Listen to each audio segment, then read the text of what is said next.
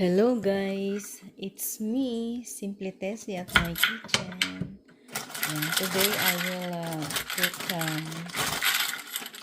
mixed Brussels sprout with broccoli. Ayan, hiwain niyo po yung Brussels sprout sa gitna. Ayan. At lagyan niyo din ng hiwa dun sa may broccoli na kasi ay pagka hindi maayos ang paggawa nitong Brussels sprout, medyo bitter siya. So, kaya ganyan ang ginagawa ko. Ayan. Yung parang siyang maliit na cabbage, diba? Ayan. Medyo bitter kasi ang vegetables na ito. Kaya ganyan ang ginagawa. At saka pagka hindi nyo siya biniyak sa gitna, hindi siya malulutong mabuti. Yan. So, nahiwa na natin. And then, tatapon ko lang itong garbage. Yan. Para yung susunod naman ay yung broccoli. Nakaka-enjoy din ang magluto, kaya ayan, very fresh ang ating broccoli. So,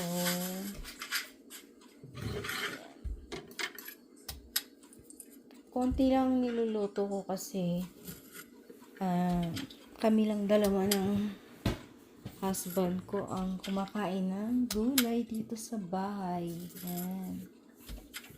So, ganyan lang.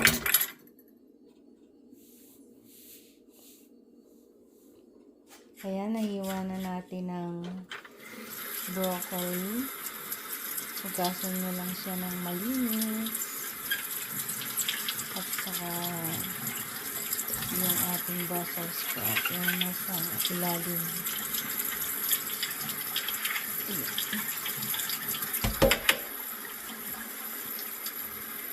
Masarap din sa broccoli yung hindi pino yung pagkahiwa kasi medyo madali rin siyang maluto. Ayan, lalagyan ko siya ng shrimp. Wala na siyang head. So, yan.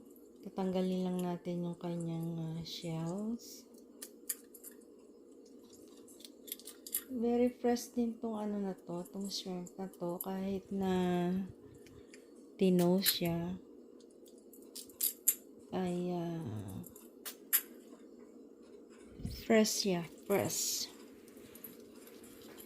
Kasi yung ibang mga shrimp parang siya yung taste niya ay medyo luma. Yan.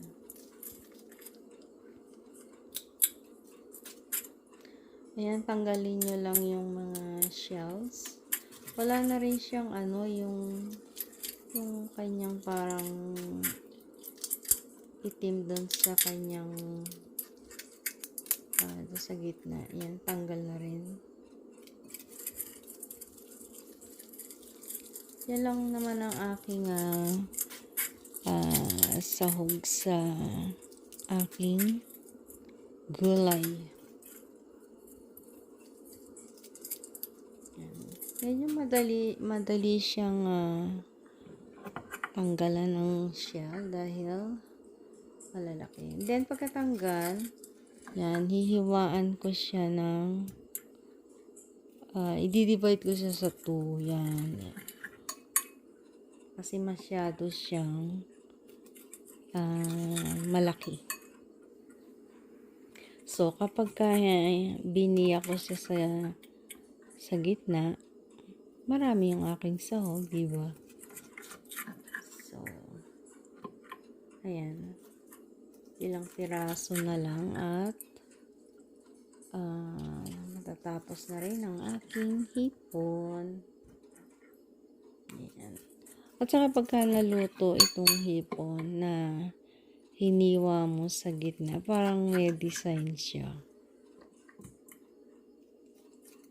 Ayan. Last but not the least,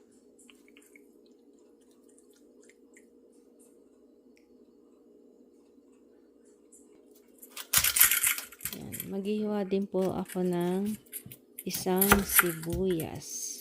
Yan.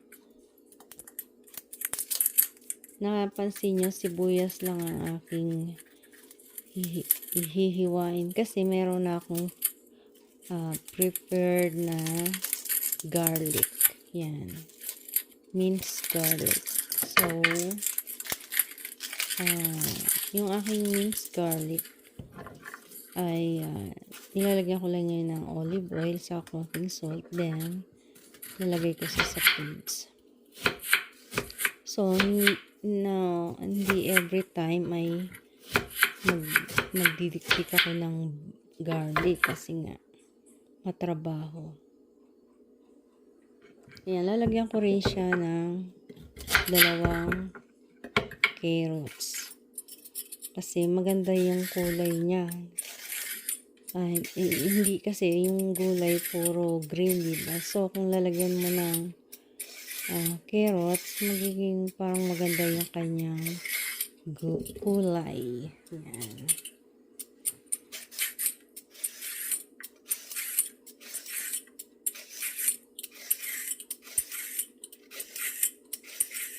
Madali lang naman ang magbalat ng carrots at saka maghiwa. Kapag gustong-gusto nyo ang magluto, nag-i-enjoy kayo sa pagluluto, parang ano yan, hindi nyo na ganong hindi kayo ganong nakapagod. Ayan, hiwaan ko lang sa gitna ang carrots, yan. Tapos, kasi kapag naggawa ako ng carrots, naghiwa, yan, nilalagyan ko siya ng design. Siyempre, para masarap kainin, diba?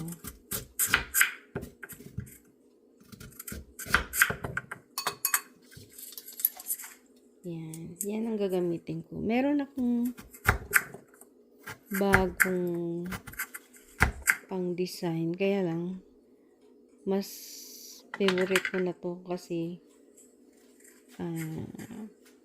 sayang naman, diba? So, kaya yan ang aking ginagamit.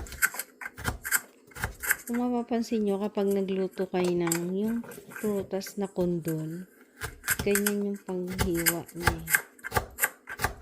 May design. So, malapit na matapos ang carrots. Ayan. Mabilis din ang mag-chop ng carrots, diba?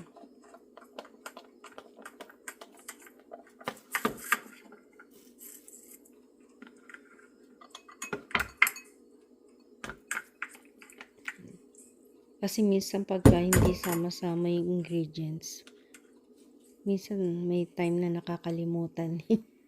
So, kaya pinagsasama. Ayan, nagpakulo ako ng tubig. Kasi i-balance ko muna yung aking gulay. Then, lalagyan ko rin siya ng konting olive oil and then konting salt. Kasi kapag yung boiling water, nilagyan mo ng olive oil, and then yung color ng gulay na iba-blends mo ay parang ang ganda ng ano niya, ng kulay niya. Hindi siya yung parang masarap siya kainin kasi parang gumanda lalo yung kulay niya. Ayan. Ano lang yan, mga 5 minutes. Okay na yan. Kasi masarap kainin ng gulay kapag medyo crunchy And then, yung color niya na as is pa rin. Yan. So, okay na siya. Kasi para pag ginisa siya, saglit mo na lang siyang ilulutuin sa pan. Yan. Ganyan lang ako magluto ng gulay.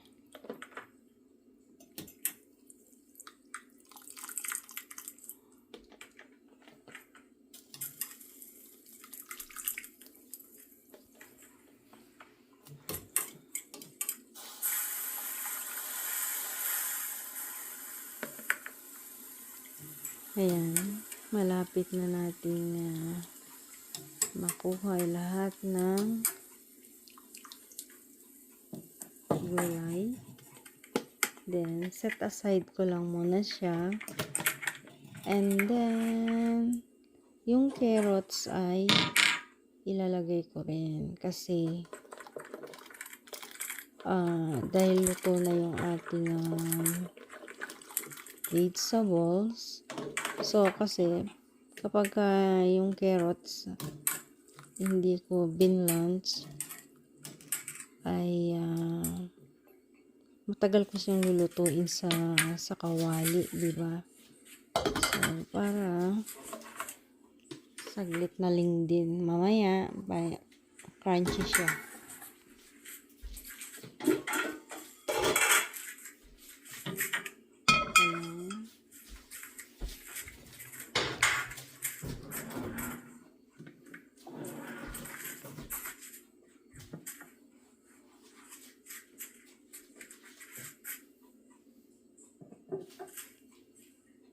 Lagyan ulit natin siya ng olive oil. Yan, konti lang.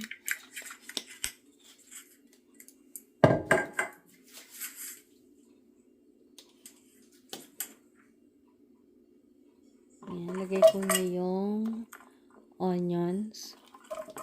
Chop onions.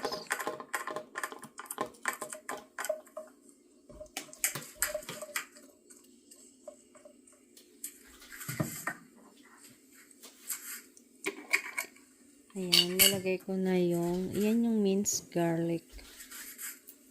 Ayan, hindi na ako magdidikdik ng bawang kasi meron akong prepared. Ayan.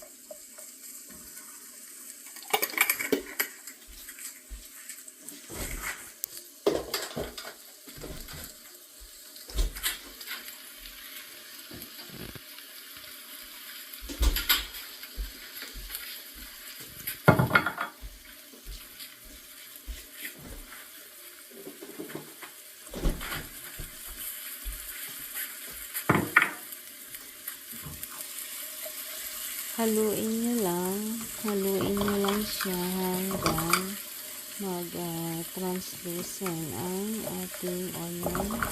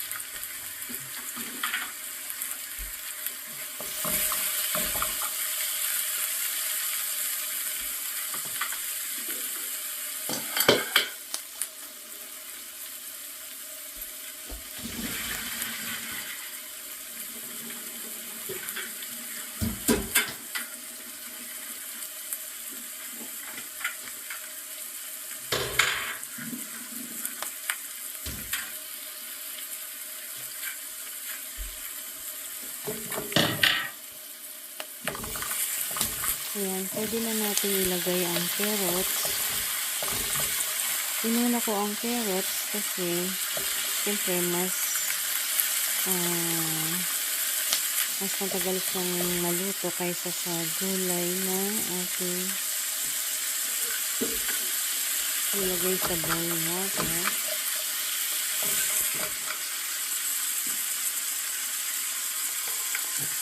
Lagay na natin ang shrimp.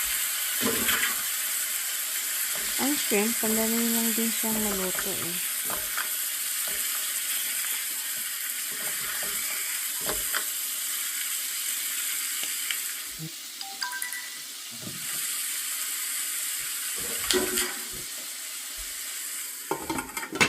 Ayan, takpan natin. And then,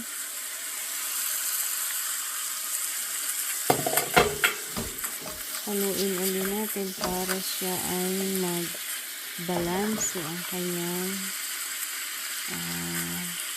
pagkaluto.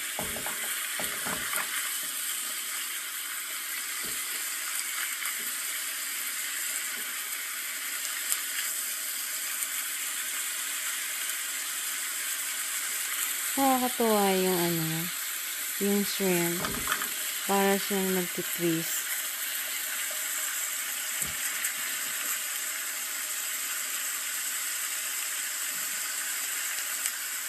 Ayan, hindi ako naglalagay ng salt. Instead na salt ay oyster sauce ang aking nilalagay kasi medyo salty na to kaya no need nang maglagay ng salt. Ayan, konti lang din ang ating ilalagay para hindi umalat ang ating gulay. Ayan, ilalagay din ako ng hoisin sauce. Manamis-namis ang magiging lasa nito.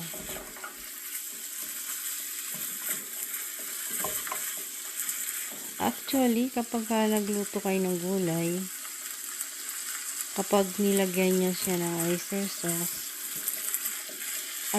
kahit wala lang siyang shrimp or pork or chicken, ay malasa na siya.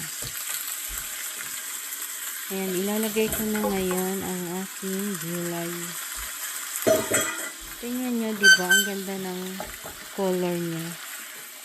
Tumingkad yung pagka-green kasi dahil yan dun sa olive oil.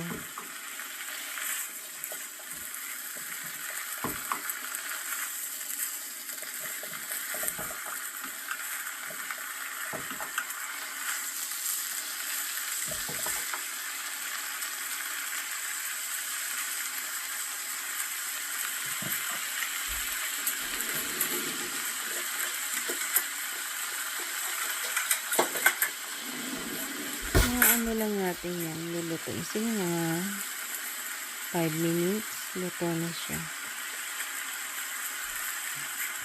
Yan, lagyan natin ng 1 cup ng water. Kasi para magkaroon siya ng konting sabaw. Yan.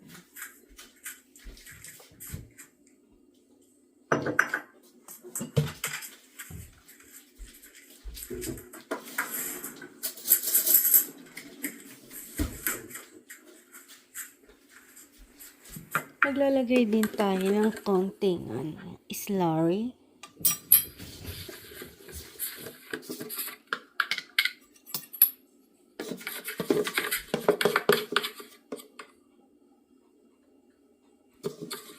Mga yan. 2 tablespoons. And then 1 tablespoon ng water. Para yung ating gulay, kasi nilagyan ko siya ng water, medyo lumapot ng konti.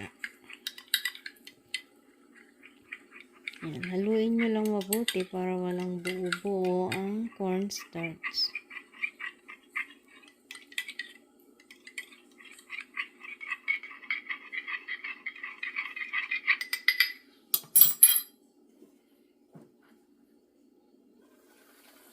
Wow.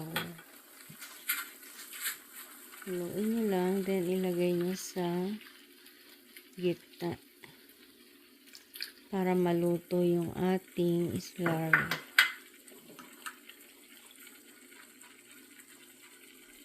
Tingnan nyo, medyo twist. Naka-twist yung ating shrimp.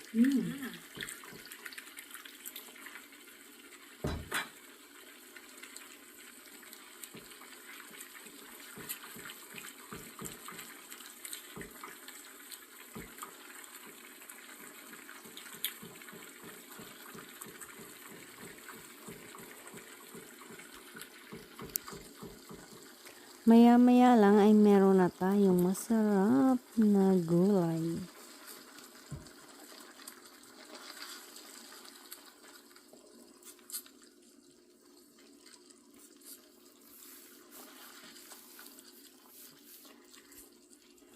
Ayan, medyo lumalapot na yung ating sauce.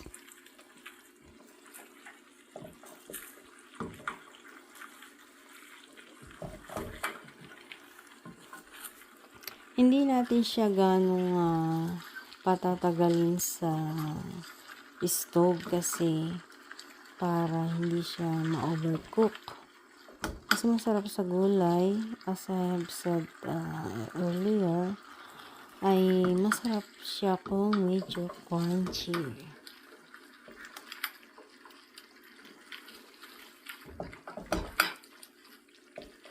Yummy, yummy, yummy, yummy, in my tummy. Napapakanta to. Nagugutom na yata ako. I like the shrimps. The shrimps. Masarap na siya.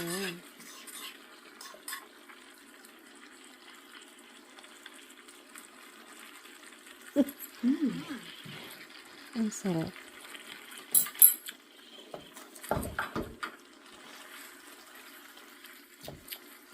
Ayan, sandali na lang. Sandali na lang. At siya ay luto na. Ayan.